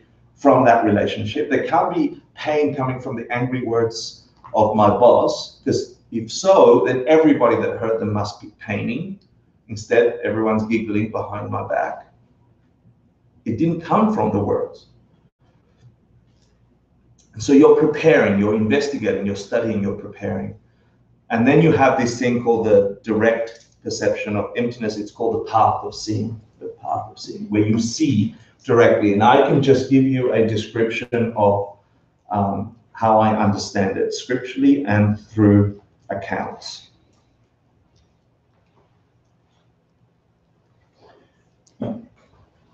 Emptiness is a lack of something. Emptiness is an ultimate. Emptiness is unchanging. It is a fact of a negation. It's a fact of an absence. Emptiness is the nature behind everything. It's the diamond. Yeah? It's the most ultimate thing there is. It's the fact about everything you can conceive of. It's not the way you conceive of it. And so if you practice meditation, your mind will enter a state of complete absorption. You are no longer in this realm. You're in this thing. You're in a different reality. And your mind, like a mirror, takes on the aspect of the ultimate, of emptiness, of the lack of things being the way you thought they were. Yeah, like a mirror, you put something red in front of the mirror. What's in the mirror? Red, right? The mirror becomes red. Is the mirror red? No, it's reflecting something. Your mind is doing exactly the same thing. Your mind takes on the quality of emptiness, but it does not become emptiness. Yeah? Your mind, they call it water poured into water. It's the sensation of complete, the part of your mind that is perceiving things that are changing shuts down. And you are in absorption, if you like, in communion, if you like, reflecting perfectly the ultimate nature of all things, which is they don't have a nature. It's this absence. And that can last anywhere from 7 to 20 minutes. There's different accounts. And in that experience, you are not aware of things that are relative. You're not aware of, I am having that experience I was working so hard to do. I is a Hector. Yeah, Hector is a changing thing. Hector is a positive thing. Emptiness is a negative thing. You can't have a positive thing whilst you're absorbed and in a negative. Yeah? So there is no Hector having any perception of being in meditation and having had an experience of an ultimate. These are all concepts. Concepts are changing. Yeah? So in that moment, you cannot have a conception of yourself. You can't go, hooray, I've done it. All that preparation paid off. All that serving others really worked. Yeah? Oh, that suffering I saw wasn't suffering. It helped me get here. Hooray, it was something else. It was a magical note. I saw it as suffering. Now it's it. Yeah? You can't have any of those things. It's indescribable. And it's a short path, this path of seeing. But at the end of the path of seeing, do I have that up there? Gentle Geshe? Yeah. At the end of the path of seeing, you have this sense of descending from that whole experience, and your mind begins to construct what you saw. And you saw the fact that nothing has a nature. You actually were in that fact. You were reflecting that fact about absolutely everything. And as you come down, you have a sense of your mind coming back into this nominal existence. You are a changed being completely. You are called something else. You begin to have realizations beginning with, I just saw an ultimate thing. I just saw a thing that is not a thing. I just saw a thing that is like a diamond ultimate. You have the metaphor of the diamond come up. A solid, unchanging, all-powerful thing that isn't a thing. And I saw that as the mind of a Buddha, as the essence part of the Buddha, the Dharmakaya. I witnessed an enlightened being because they have that quality. There is no enlightened being that doesn't have that quality. Their minds are empty of having a nature of being Buddha. Their minds are like this, lacking Buddha-ness. Yeah, they are empty of that, but they are forced to experience their mind as perfected because they have the courses for it. And you just saw that. You saw that directly. You had a visceral experience of that. And as you start coming down, you also have a certainty that you're not crazy, that you just saw a real thing, that it's unshakable, that it makes more sense than anything ever has and ever will do. And there's a whole litany of realizations you have in the following 10 hours or something. You can, you realize the fact that you are impermanent. The way you think you are is impermanent. The thing you think you are, this Hector with a body and a person, that will die. That thing is dead. But you are not that. That thing you thought, that's impermanent. That was caused in a way that must make it break down. So you see your own death. Yeah? But not the way you saw it. You saw it for what it is. It's not death. Yeah? You see that how long it will take you. Actually, you see that you have never had a correct perception in your entire existence until that moment. You see for the very first time that every way you engaged with any concept was incorrect. And that forced you to think about the concept in a certain way, or the object in a certain way, and caused you to act towards that incorrectly, which caused the breaking or the samsaric or the ups and downs of this world. So you just saw what caused all your suffering. And you also saw how to stop it. You see how long it will take you specifically to stop that process for yourself. Unshakably. You saw that things appear to you as a lie, and because of that lie, you used to act towards it as, I want that because that makes me happy. I don't want that because that makes me unhappy. And that's not what makes you happy or unhappy. Taking stuff or pushing stuff away. It's taking care of others whilst understanding more. Compassion and wisdom. You see that directly and you begin to organize these realizations. They say you also have the capacity, you immediately lose all desire for worldly things. Like you don't want food, you don't want anything for the immediate time after that experience. You're not interested in relative reality. Yeah, you have a sensation of not being able to fit in this experience. you realize you've never had a selfless thought in your entire life. That even when you were sitting in the path of preparation, serving your teacher or going to classes and studying and going, Soji Boogie, you're sitting there going, does everybody see that I'm saying Tibetan words? And how good sound. Like you're incapable of a selfless thought before that moment. You realize that every single thing you thought about was infected with this wish to have you win. Yeah, you be noticed. You be this solid, grasping thing that you like so much. Yeah, and you realize that that is what was causing all your suffering. And in seeing that, you see that you can stop it. You have, and if you've thought of bodhicitta, you have a direct realization of all beings as beings that deserve your love completely, unconditionally. And you have this physical experience of a pang of love for every single living creature. I'm trying to see if I'm forgetting anything else. Can you read minds? You can.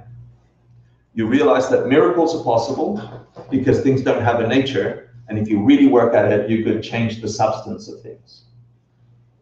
You realize you can read other people's minds in the time following, but you also realize that it was a blessing that you couldn't before, because. They say that? Yeah. Because now you have to like hear everyone else's thoughts and also your own. Can you imagine your thoughts, right? Imagine the moments that you are selfish. Imagine the moments you are depressed. Imagine the moments that you're like, hey, my life is good. They've eaten me alive. Yeah? Imagine those. Imagine the desperation of wishing happiness and not knowing how to find it. Imagine hearing everyone else's thoughts like that. But then you actually know how to help people. Right? But only after this point. Right. After this point, yes. And it becomes one of the cities you could work at that. So you are forced to experience that immediately upon seeing emptiness directly. Yeah. It's such a powerful seed ripening that you sort of, the universe opens up for you and you get all these possibilities and you see perfectly why they occur. Yeah. And then slowly you also begin to see that you never had a correct perception in your life. You always thought the world was coming this way. Yeah. And you also see that that is also the case now. After having a direct experience of where things really come from, what creeps back in? The old pattern of seeing the world self-existently, that the world is out there, that people are nice that way. You begin to see that reassert itself because that's been the pattern in your entire existence. Infinity till now, we've thought things come this way. After you get a glimpse of the way the matrix works, and then you are returned because of karma, because of your past deeds, you're returned to that experience. This experience reasserts itself. The big difference is, now you don't believe it because doubt is gone. You are certain what you saw is true. Now things appear that if she's being nice to me and I'm feeling nice because she's being nice, then nice people make me feel nice. I'm going to hang around nice people. Old way of thinking, right? New way of thinking after that all life-changing, mind-altering experiences. Oh, nice people make me feel nice. Bullshit.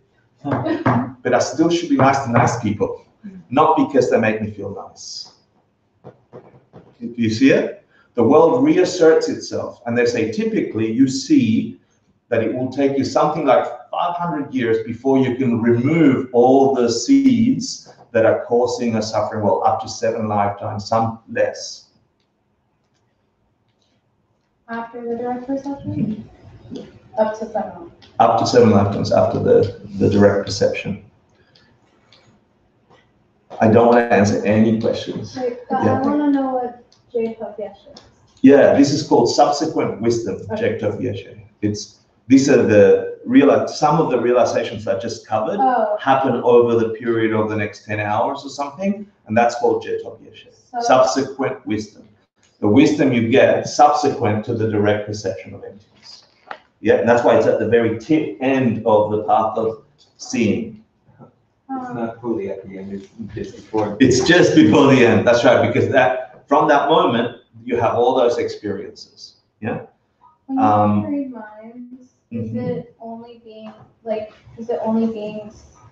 Like if I'm a human, is it only humans? Or The only thing I understand about that is that they're beings in your proximity. Okay. Yeah. So you're walking around and you So it could be other realms, in theory. Yeah, in theory. So that is the collection of the path of seeing.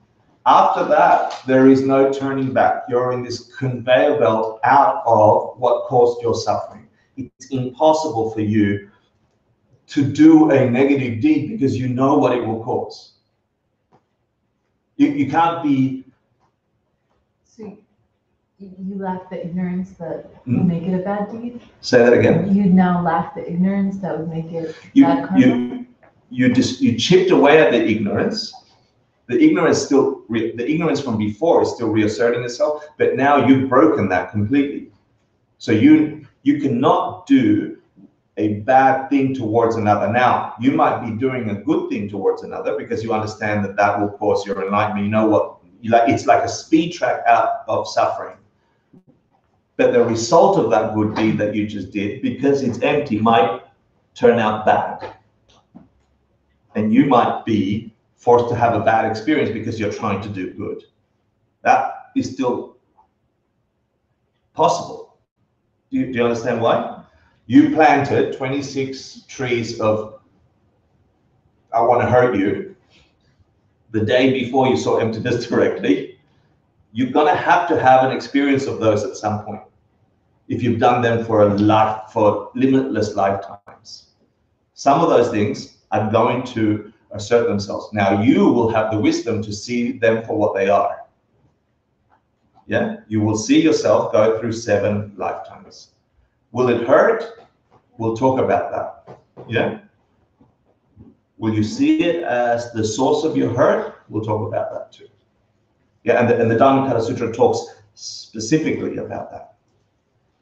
So then you enter, so you understand now, you've had an ultimate experience, just like this doesn't come this way. There's something here creating that, and that has no nature. So is everything, even my conception of me as a being over time. Everything, every thought, every sensation has that quality. Every action has that quality. There's nothing that doesn't have that quality. And so everything becomes opportunity for transformation. Now, you used to suspect it before the path of seeing. Now you remove 2 mental afflictions. Doubt.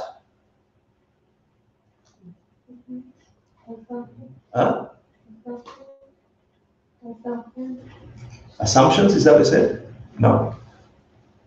Doubt. Ignorance. Have you crushed ignorance altogether? No. What's the last mental affliction that you get rid of before you reach enlightenment, before you reach nirvana? What's the last mental affliction? Like not knowing what to do. Ignorance. Like fear of dying. Fear of dying? No, that gets done about then. Self-interest? Self-interest? The subtle. No, self-awareness. Is it the idea of reality? Remember how reality reasserts itself as if it exists out there? Right? The subtle quality of that is the last thing that disappears from a mind before it becomes an enlightenment. That's the last suffering. The subtle impression that there is any sense that things have a nature out there. That's the last one. Before the direct perception? No, you've had the direct perception towards the end of the 7 lifetimes before you become a Buddha. I see. Yeah. So what was the second one? I can't recall. But what was, What did the couple of you about it? I can't recall. What? Yeah. So we're going to go on to the path of habituation now, which means now that you've seen something, say something.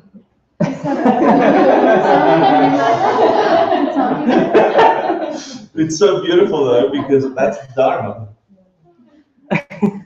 You should teach after that. Now that you've seen something, say something. The path of habituation is encompassed in those 7 lifetimes, if you will, or however long it takes. In the path of Tantra, up to 1 lifetime. Yeah, you could do that in a lifetime with extraordinary effort. Yeah, understanding what you saw and then tripling your efforts, you can remove all the afflictions up to the subtle appearance of things as self-existence in 1 lifetime. And that requires intense effort. Yeah. And that's called the path of habituation, where you're habituating your mind to what you actually saw. Reality still appears that way. Now I know it's not that way. So you are now acting in accord with reality. Someone's mean to you. You know they're mean to you because you were mean before. There's no, you just know it. It's not like a guess. Now you know for sure. The world is lying to you. That's what illusion is. The illusion is things appear as if that person was mean to me. The reality is that I could only be forced to perceive that person as mean to me if I had mean to project. And who put mean inside of me? It's all my wish to be mean, to mean. Yeah? And then after you go through that path of habituation, all the stuff that we were going to cover in today's class, and I'll do in 8 minutes, you enter the path of no more learning. That's not a path, it's a destination. That's enlightenment. That's nirvana if you haven't had the wish to take care of everyone else. Complete enlightenment, Buddhahood, happens as a result of you habituating your mind what causes freedom from suffering. Yeah, which is taking care of others with an understanding of wisdom. Wisdom being things don't have a nature. The nature is put there by everything I do to others. Yeah, I know it's a heavy class. I know you're all interested to go and pick up your problems that are bubbling outside, but can you bear with me for another 15 minutes, please? Yeah, if you cannot, you should go. Yeah. So, Humdruk is this uncontrived impulse to reach every single being. So remember we talked about the 4 bodies of the Buddha last time? Yeah. The 2 bodies being, or 2 parts of the Buddha is the mind and the body, and the physical part is there's a perception of their own physical part, and there's the projection body. Yeah. Humdruk is the capacity of an enlightened being. It is possible for your mind to project an existence towards others. I know it all sounds wild and weird that this is that class. To meet everybody where they're at, everyone without exception. You've created the courses to have an uncontrolled, it's not like I'm thinking, hey, John over there is hurting, let me go and project a non-hurting friend. Instantly it happens. You become the perfect match for absolutely every being that needs that perfect match. Whether or not they have the seeds to see you that way is another story. But from your side, you are there for them, even if you had to wait for them riding the same F train for 15 years until they bumped into you and you smiled at them, and that made a difference to their day, and then they went to a meditation class or something. You would wait 15 years projecting to be in that train until they got to meet you. Yeah. HLU. That's that capacity to emanate and be. Oh, how do you spell it? Yeah. Hum. H-U-L-N. H-L-U-N-G. Yeah. D-R-U-K. So going backwards, you cannot get that capacity to be a mind that is free from suffering and that has Humdruk. You can't have that without having removed all the causes that block you from that, which are seeing things as self-existent, You can't really stop that until you have a direct perception of that. And you can't have that without having a real understanding of dependent origination. And you can't have that unless you've had some preparation. And that preparation is understanding this thing called Chi Jedrak. It's a big part of the path of preparation. So just, I'm going to share the slide. Feel free to take a picture. I'm aware I'm running a little late and it's important. But Chi can be translated as general or characteristic, and Jedrak is characteristic of, sorry, general or quality, Chi, quality, Chi, and Jedrak is characteristic of or a specific type. And I know when I first learned this, it was such weird terminology. Hang on to the terminology, okay? In essence, it's the idea of set and subset. Set and subset. So there are 4 types of qualities or generals, 4 types of Chis, of which Jedraks fit underneath them. I'll give you an example of a Chi. A Chi is a quality, a type. I think like car is a Chi, yeah? Or, yeah, car is a Chi. Is that fair? The word car is a general category, a kind of thing. Is that fair? Yeah? Car. But specific to that, Jedraking that, a Jedrak of that could be a Hyundai or a Ford or a Toyota. It's a type of car. Is that fair? That's the simplest I can give you that. And there are tests and proofs of how one thing is a Jedrak, which a Jedrak can be a Chi for other things. So you can have Ford being a Chi, and then you'd have different Jedraks for that Ford. Why am I talking about this? That's what we do with everything. Yeah. If you're in the path of preparation, if you're preparing yourself, studying to see this is pretending to be this way, but there's something here, Chi Jedrak, the study of set and subset, of how things have qualities, car-ness, yeah? And when I have that car-ness, I look at objects, and that one fits car-ness. It has something that tells me I'm going to fit it under car-ness. That becomes a car. The quality is car, not the car, not a car. The quality is something in your mind that you call car. And that thing is characteristic of that quality, is Jedrak of that Chi. Make sense? It's simple with car. It's harder with you as a person. It's harder with you as a being. We do that process. Our mind labels pen. The pen. It labels the pen because we have pen as a Chi in my mind. And that Chi of pen is a mental picture, a Dunchi, which I'll cover in a second, that gets labeled and stuck onto this thing that I see as characteristic of that Chi. Let me give you the types so you can see them. There are 4. Rikshi is a type or a kind, a type general. It's where the ness, car, clock, person, yeah? Anything that has a ness, a quality, yeah? A Dunchi is the most important thing here. A Dunchi is an actual object general. So a car, the car. A Dunchi relates to a mental image. For those of you who want to nerd out, it's not super important for everyone else. A Dunchi refers to a mental image of something you have had a direct experience with. 2, yeah, you've actually seen that thing before. Who's been to the Eiffel Tower? Put up your hand. Okay, you guys have a Dunchi right now of the Eiffel Tower. You have a mental image of something you've actually perceived. Yeah? who's not been to the Eiffel Tower. You have a drachi, yeah? You have a mental picture of something you have not had a direct perception.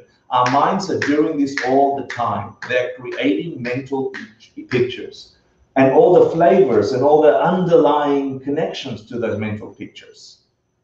And we order them in groups, yeah? And we assign things to that. And we are not doing it on purpose. It's one of these second nature things that our minds do, that all minds do. If we understand the relationship, and then there's another one that's not, Dzogchen is just a grouping. So a car might have a windscreen and a wheel, and that group of things creates a car.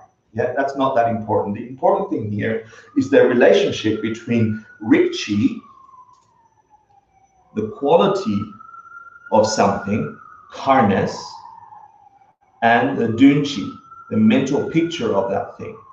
If you understand the connection between the two, if you meditate on how those two relate, I'll give you some other chis. Yeah, I'll give you a Rikchi, sufferingness, hurtingness, agingness, deafness, and something that is characteristic of that. That's a jedrak of that. Yeah. Or you have a dunchi or a drachi of deafness, personness, my lifeness. And then you have something, life is a rikchi, yeah? My life is a dunchi. There? If you see the relationship between those two things, how it is that upon experiencing an object, this sensation of mind and body, I have my life. It has a life is a chi and my life is a jedrak. Not life is a chi. No, you have a mental picture of my life. Yeah? So my life today could be a jedrak. Life is a rikchi and my life is a dunchi. Yeah, you have a dunchi of that rikchi. This thing you call life that has lifeness in it. So if your body did not have life in it, we would say that body has no lifeness, it's lifeless. Sure. Right? So that's a rikchi. No, that's true. No, that's true. It's got no life. So death is a drachi. I want you to just get the concept, think about it, do the reading, because I've got four more slides to do, and I want to cover them. Take a picture of that. I'm going to make an announcement about my next class. The next thing I want to do is group those things that I told you about Jetok Yeshe, subsequent wisdom, those experiences you have reading other people's mind that you've never had a single selfless thought in your life. Remember those that are covered after you come down from the direct perception of emptiness, still in the path of seeing. Those things can be grouped into 4. You see suffering. Yeah, you read other people's mind, you see suffering. You see the impermanence of your life, you see suffering. The truth of suffering. Then you see what caused that. There was never a time where I had a correct perception. I always thought things were coming that way, and that's why I was acting on them. Plus, they were all selfish thoughts anyway. They were just to take care of me. That created the suffering. There was a source of suffering. You also saw the enlightened mind of a Buddha, the Dharmakaya, and how your mind could be that. You saw that suffering could end. And then you saw the steps that will get you there, the 7 lifetimes, what you need to do to take care of everyone, etc.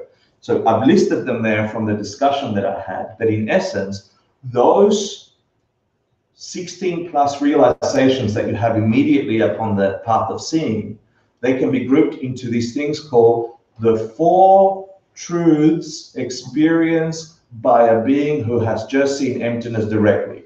The 4 truths of those who have seen emptiness directly. And what's the Sanskrit word for a being who has seen emptiness directly? An Arya. So the 4 Arya truths. And some idiot just translated it as the 4 noble truths. There's nothing noble like I'm a noble person because I saw the direct. It's not noble. There's nothing like, oh, I'm a noble person. It's the translation got mistranslated at some point. These are the 4 truths of an Arya. They are the 4 truths that are forced upon a being who has seen the ultimate nature of things. And those are grouped into the 4 truths, all those realizations. You saw suffering. You will end in the way you think you are. That's done. You read other people's thoughts. They're selfish just like you. They're suffering because of it. That's what caused the suffering in the first place, taking care of me only. Yeah. You saw that it could end. There is a death, and nobody could change your mind. After that, there isn't anybody that can sell you a philosophy, an idea, or anything after that, because you are clear. That's it. This is the ultimate. There's nothing beyond that. Certain. You could see how astrology works for those that have the seeds for it to work. You could find wisdom in Christianity. You could find it in all of a sudden, you're able to read scripture, if you will, or find meaning in simple words like, if you see something, say something. Yeah, or in row, row, row your boat gently down the stream, merrily, merrily, merrily, life is but a dream.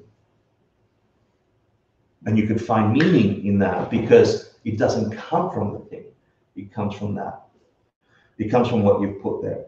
So you see the path out, you see how long it takes. And there's something important about seeing what you will not be called when you reach enlightenment. This is called path of the subsequent wisdom, Jetot Yeshe, in the path of seeing. And then I thought I'd share. You eliminate doubt. Yeah. And I can't remember. I know. Can someone read that out loud? This is in the sutra, in the diamond cutter. Someone out loud? I think you eliminate the chance that you're going to have a non-human birth. No, you do that when you tap it. Someone read it, please. Go ahead. Why is it so? Because, oh Subhuti, there was a time when the king of Kalinga was cutting. He was cutting off the larger limbs and smaller appendages of my body. At that moment, there came into my mind no conception of a self, nor of a sentient being, nor of a living being, nor of a person. I had no conception at all, but neither did I not have any conception. The conception of some sentient being, and the conception of some living being, and the conception of a person would have come into my mind. And because of that, the thought to harm someone would have come into my mind as well. Do you get what he's saying here? So in this thing, I think it was going to your question, Aaron, right? I said I'd get to it if it would hurt. I can't remember your comment or your question. In the Buddha's previous life, he commented that there was a king, King Kalinga, who found the Buddha in his previous life, just in the path of habituation, if you will. Yeah, just before he's getting enlightened, this king saw the previous life of a Buddha with his wife and got jealous, strapped him down, and started cutting off his fingers and arms and hands and legs. And there's talk in the sutra where he could not have a conception of you're causing my pain. Yeah, you're hurting me. Because if I did have that conception of you being a person, a being out there, self-existently, yeah, if I did have that conception, then what would arise? You're the source of my pain, so I've got to hate you, which is that last thing. Because I didn't have that conception, but nor did I not have a conception, so now he's pitching you in reality, which is away from the two extremes of things not existing or existing ultimately. Yeah. It's not that things exist this way, but it's not that things don't exist at all. Right? He's pitching you there. Yeah, he's saying, I stayed there about King Kalinga chopping me off. Did he feel pain? The quiz will ask you next week. Yeah. Maybe. Who knows? What is He- it? Would he have felt pain? Physically, Yes, Yeah. physically maybe, No, but not mentally. He felt the pain, but he didn't suffer. If he had That's her- awesome answer, right? So he felt the pain, but he can't call it suffering that way, right? He used, do you remember the 3 spheres last time? Yeah. The emptiness of the act, the door, the done-y, and the act, yeah? The same with the act of patience, yeah? So was there a perception of pain? And the answer is yes, he did. He had pain. But he says, you know, I didn't think of him as a person out there. He was saying, I'm thinking of the emptiness of the 3 things. Here is a being forced upon me by my past karma, not him hurting me. Is he hurting you? Yeah. Right? He's looking at reality from its true place. So the emptiness of the person, the king hurting him, the act of hurting also empty. And the fact that he's being hurt also empty. There's no self being hurt as solid as I think of it. So in that question, just like we did the 3 spheres on the act of giving, it applies equally to the 6 perfections. This is in relation to patience. Note this is in the path of habituation. Stuff is going to happen to you.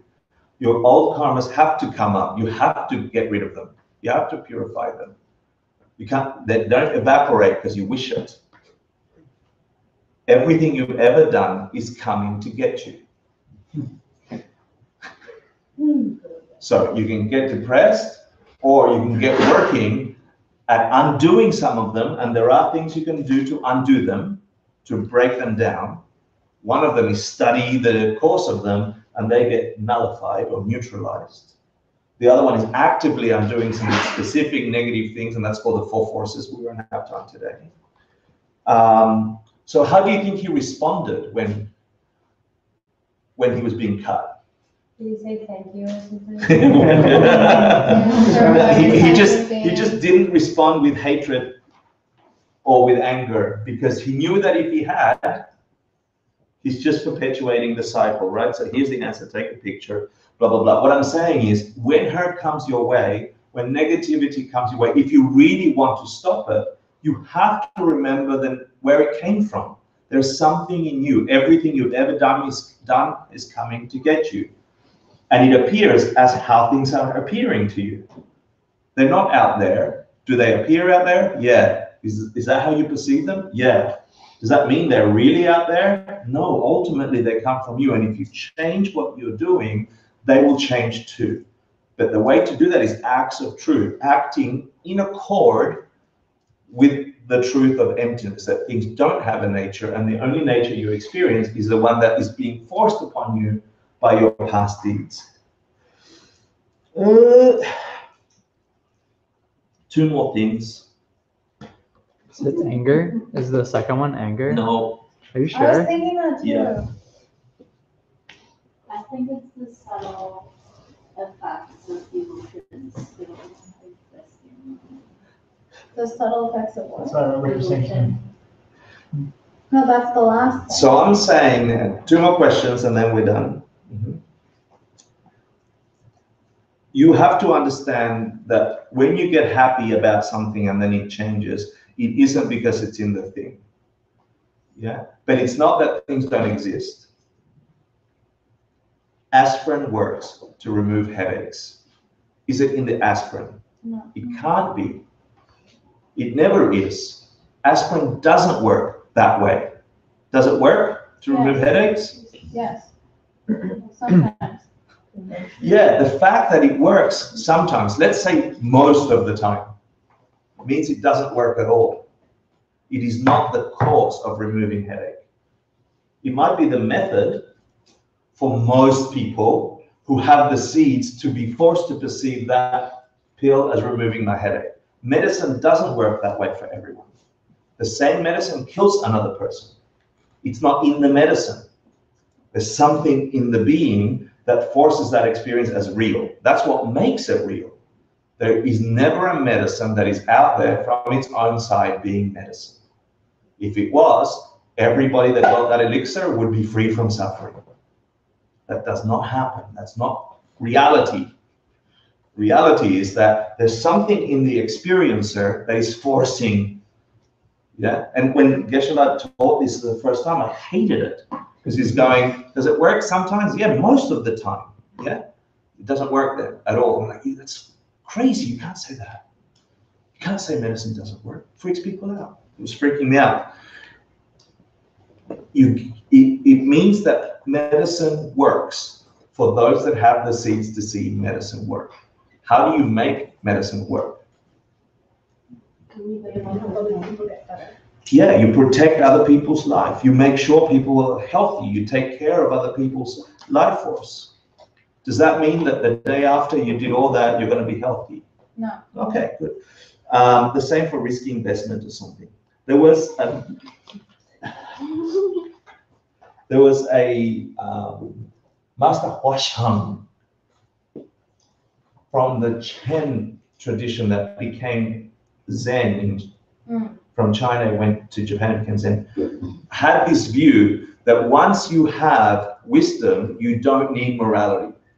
If you understand that things don't have a nature, then you don't really have to be nice, because you know that things don't have a nature. So there's massive debate around 780 AD in Lhasa, at the time Tibet, between Master Kamalashila from India, so he brought the Indian perspective, understanding of karma and emptiness, and Master Huashan, yeah, was presenting the view that no, morality and wisdom don't necessarily go hand in hand. And guess who lost? Summary is, yeah. And how did they lose? Yeah, if you understand emptiness the way we just explained it, you must be ethical. You must be the way you want to be in the world. And you don't want your world to be an ass. So don't be an ass. Yeah, but he deserved it. No, what do you deserve? What you're doing to others is what you deserve. Just regardless of what's coming your way. And that's hard. That's really hard. Yeah. What else am I going to... So you can say that because things are empty, they work. And because things don't have a nature, because things are empty, you must be the best person you can be on the planet. And now, I know I'm late, I will go very quickly. There's two bizarre things in the sutra that I think you should know, because we're not covering this anymore. Yeah, this is a profound document. It could take you years to study. The implications are in depth. We have a 12-week course on it. Yeah, but you're just getting the taste of it. And the taste of it is enough for you, hopefully tonight, to go and have bizarre dreams, or to see your problems as no longer as powerful and solid as they were, and to see your opportunities as way more powerful than you thought they were. Yeah, the fact that this awesomeness is arising in your life. One of the things I need to tell you is this. Who's going to be the reader before I put it up loud? O Subhuti, any son or daughter of noble family who takes up a sutra like this, or who holds it, or reads it, or comprehends it fully, will suffer. They will suffer intensely. That's you, okay? So we want to understand what that means, and this is what it means. Why is it so? Because, O Subhuti, such beings are purifying non-virtuous karma from the entire string of their previous lives, karma that would have taken them to the 3 lower realms. As they purify this karma, it causes them to suffer here in this life. As such, they will succeed in cleaning away the karma of these non-virtuous deeds of their previous lifetimes, and they will as well achieve the enlightenment of the Buddha. So what they're saying is, what Lord Buddha is saying to Subhuti is like, people that study this subject, people that get to the essence of an ultimate nature of reality, are going to be rejected by samsara. Your ignorance is coming in force. Yeah, because it wants to stay.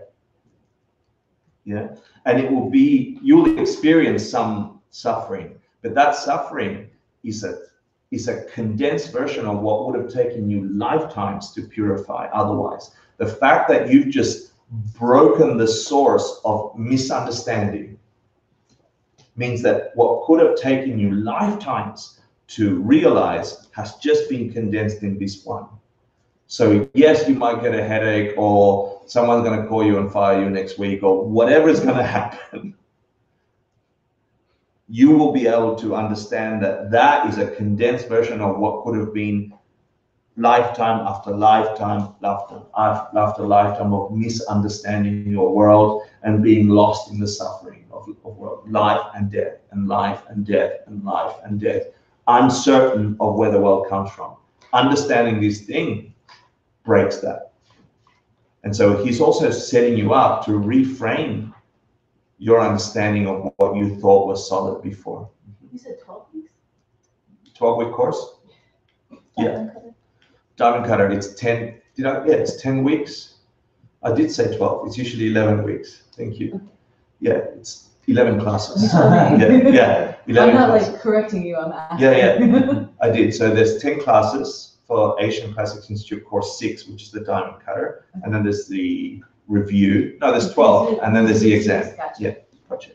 12. And so the last lines is like, now that you understand where things come from, now that you understand the fact of emptiness is the only thing that will permanently remove you from suffering, he leaves you with these 4 lines to remind yourself that all these problems, all these hassles, all these seemingly solid things are just impermanent. They're a product of your mind. They are, he says to you, see everything, see anything brought about by causes, brought about by my karma, yeah, as like a star. And here he means the stars come out at night, they disappear during the day because of the brightness of the sun. And the wisdom that perceives emptiness is like the brightness of the sun.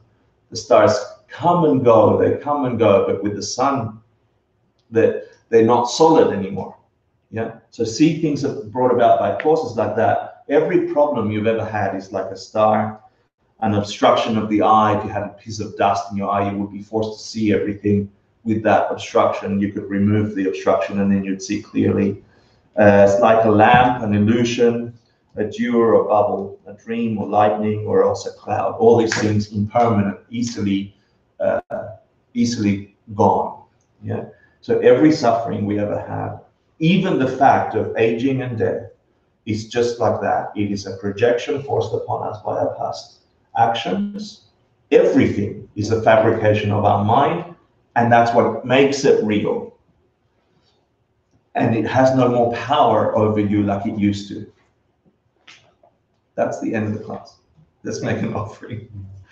And then I'll make an announcement or two. If you've got anything, if you know that it shifted a view, if you see the glimmer, just dedicate that, give it away to others so it could grow inside of you. Yeah. Steve. Sashi Ruki Jushin Metal Drum Viraling Shin Inde Empadi Sange Shindu Mite Luargi Dropun Namda Shinla Chuparsho Hidam Guru Ratna Mandala Kam Niryatayami Kewa Vidokun Sunam Yashet Sok Sok Shin Sunam Yashet Junwei Dampa Kuni Topar Shamo.